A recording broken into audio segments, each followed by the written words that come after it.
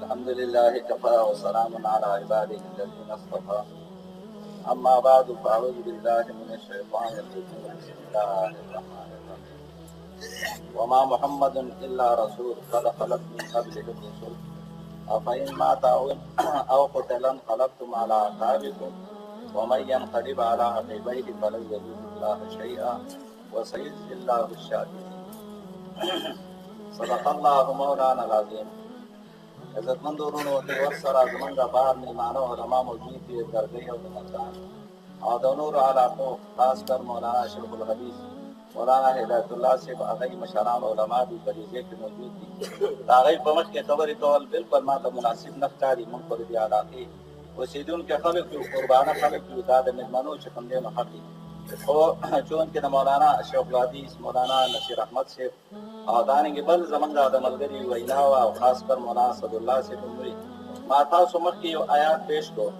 دې آیات کې الله جل جلاله موږ تاسو ته د دې خبرې وضاحت کړی دی چې زه به د خپل دین خدمت کوم او د یو چا نه به د دین کار اخلم. دا دین ما په محمد رسول الله صلی الله علیه وسلم پورې هم نه دی تړلی چې هغه نه و نو دین به ګنې ختم شي. ټیک دا د علماو ډېر لوی مقام دی او دومره مقام یې دی چې کله دوی وفات شي او د دې شاګردان په مخ د ځمکه باندې موجود دي او څو پورې د دین کار کوي، دا د استادانو دپاره صدقه جاریه. او زه چې مولانا صاحب ته ګورم دا ډېر پخوانی عالم دی. اوس ما په درس کې طلباو ته خبره کوله، مې دا زما د هغه وخت خبره ده چې زه نوې طالبګیرۍ له تلم او بیا ما په تورو کې داخله اخیستل او په تورو کې مې سبق وایو. نو په هغه وخت کې مولانا محمد سعید صاحب په مردان هوتي کې و او هغه ځای کې تدریس کاوه، فارغ شوی عالم و. او زما د طالبګیرۍ اولنی کال و چې زه علم پسې چې کوم دی نو وتم. دومره معمر عالم او د هغې وخت نه د هغه شاګردان چې دی د مردان د شیخ الحدیث صاحب او شیخ القرآن صاحب سره دی چې کوم دی نو خصوصي تعلق او ربط د هغه په مدرسه کې مدرس او د هغه سره شاګردان. بیا د هغې نه وروسته د خان علاقې ته رالو. په دې خان علاقه باندې څومره دیني خدمات دی چې کوم دی نو وکړل، څومره شاګردان پیدلو. نن که دی لاړلو نو واقعي خبره ده چې هغه شاګردان د ده لپاره الله صدقه جاریه چې کوم دی نو جوړ کړو. د دین کار چې الله د چا نه اخلي نو په دغه شکل کې واري چې هغه ته داسې شاګردان نسل بچي انوسي کړوسي دا خو دا شاګردان ټول روحاني چې کوم دی نو بچي دي. په دې وجه زمونږ یو استاد محترم و، د هغه بچي نه و. هغه چې کله د اخرنی عمر شو مایوسي پیدا شوله چې یاره زما بچي خو نشته دی او نور توقع نشته دی چې زما بچي دې وشي. چا به ورته کله دا خبره وکړله وی یاره جي تاسو لاړلې خو که ستاسو ذریه او نسل وې او ستاسو په ځای باندې هغه به وخندل وی ما چې الله څومره نسل لا کړی دی زه سوچ کوم دومره به یې چاله نه وي ورکړی. ما له دومره بچي الله را کړي دي چې دا بچي به یې چاله نه وي ورکړ.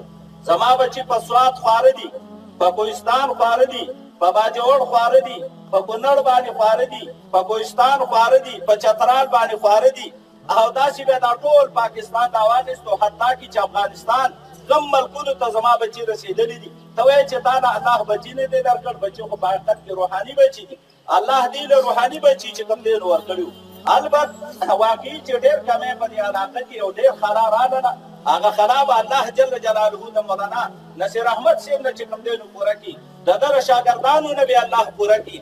خو موږ تاسو باندې په ځان باندې کلک سوچ پکار دی، یاره سبا زه د دې دنیا نه ځم نو چې ما پسې وروستې څه شته او که نشتی دی راپسې دې پسې خو دغه د ډېر څه وروستې نه پنجه را روانه ده پسې، خو په ما پسې به څه پنجه راتلو والی د مرګ نه وروستې او که به نه که راپسې نه نو د خپل ځان غم پکار دی. په خپلو بچو کې یو نه یو بچی، نسو کې یو نه یو نسې، هغه یا په ورېرونو کې یو نه یو راره، هغه دین طرف ته متوجه کول پکار دي. الحمدلله الله د علما درکړي دي، مدارس یې ته درکړي دي. دې علماو دې مدارسو ته بادشاهان هم محتاج دي، دې ته سرمایهدار هم محتاج دي، تاجر هم دې ته محتاج دی، که وزیر دی هغه هم دې ته چې کوم دی نو محتاج دی. او دا واورئ ورونو که دا علما نه وو لکه څنګه چې مولانا مخکې تاسو ته چې کوم دی نو وفرمایل داسې وخت به راشي چې د مور د خور تمیز به بیا نه شئ کولی. موږ په مخ د دې ځمکه واقعي چې داسې علاقې لیدلي دي. زما خپله باندې یو تشکیل وشو تبلیغ کې هغه سکر علاقې ته داسې یو بار باندې ته زموږ تشکیل راکړو، تشکیل یې راکړو په هغه ځای کې موږ په عام جماعت والا ملګري وو. ناڅاپه یو ماشوم مړ شو د 8-9 کالو تقریبا چې کوم دی نو منګه مو سره جنازې ته لاړو. ما یاره په دې ځای کې به یو څوک عالم وي چې جنازه به وکړي، مقامي سړی به زه خو مسافر یم او د جماعت یو فرد یم. داسې خلک مصاریان دریان ولاړ دي او څوک نشته چې جنازې ته رامخکې شي او جنازه وکړي. زمونږ د پاکستان دننه قصه ده ګورې. نو بیا چې کله دا جنازې چوتوله نو ما هغه امیر صاحب ته وویل یار دا خو جنازه ونه کړه. هغه زر ورغلو جنازه یې ونیوه کېښود. وایي تاسو کوئ تاسو خو بې جنازې دا دفن کوئ. هغې وایي څوک نشته چې جنازه پرې باندې هغې وایي زمونږ سره دا د عالم موجود دی جنازه به وکړو. زه جنازې ته مخکې شوم، جنازه مې وکړه. د هغې نه وروستې ما ته بیا وایي دا قبر هم بغیر د جنازې نه دفن شوی، دا قبر والا بغیر د جنازې نه، او دا قبر هم واده بغیر د جنازې. درې قبرونه یې راته داسې وویل په دې باندې جنازه وکړه. ما تپوس وکړه ورځې څو وشولې؟ وایي د دې یو دومره ورځې، بل دومره ورځې، بل دومره ورځې. شرعاً ما ته اجازت نه و چې زه په هغې باندې مونږ د جنازې وکړم. ورونو دا ما سوچ کا او دا ولې په دې علاقه کې د دین خدمت نشته، مدارس نشته، علما نشته، درسونه نشته، دیني خدمات نشته. نن خلک دې حد ته چې کوم دی نو ورسېدل. که چېرې مونږ په دې علاقه کې دا دیني خدمات ختم شو، ما او تا خپل بچی نه متوجه کوو، پخپله نه متوجه کېږو، نو واقعي د دین دا کار دی الله بې له چا نه اخلي. ولې الله ویلي دي وما محمد الا رسول قد خلت من قبله الرسل. ما او تا ته ښایي چې دا ما په ده پورې هم نه دی تړلی، په ما پورې هم نه دی تړلی، په تا پورې هم نه دی. الله به د یو چا نه دا کار والي. ورونو موږ تاسو به محروم پاتې شو. راځئ د دې عالم د مرګ نه دا موږ تاسو یو سبق والو. چېرې د نن نه پس به زه عزم کوم زما په بچو کې پلانکې بچی ما ته ډېر محبوب دی، هغه ډېر ذهین دی، هغه ډېر ځیرک دی، هغه ډېر هوښیار دی، هغه به زه علم ته کښېنوم.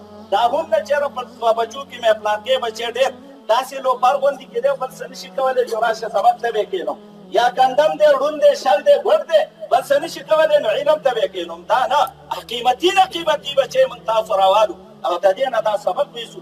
دا سبق موږ خورم کړو موږ تاسو چې زه د یو عالم په جنازه ولاړم، خبرې پکې علما وکړې، جنازې هم ماله خوند راکړو او واقعي خبره مې الله ذهن ته ګوزه کړه. د نن نه پس به زه قصد کوم چې په خپلو بچو کې یو نو څوک یې کړوسو کې یا په سا کې به یو څوک علم ته کښېنوم.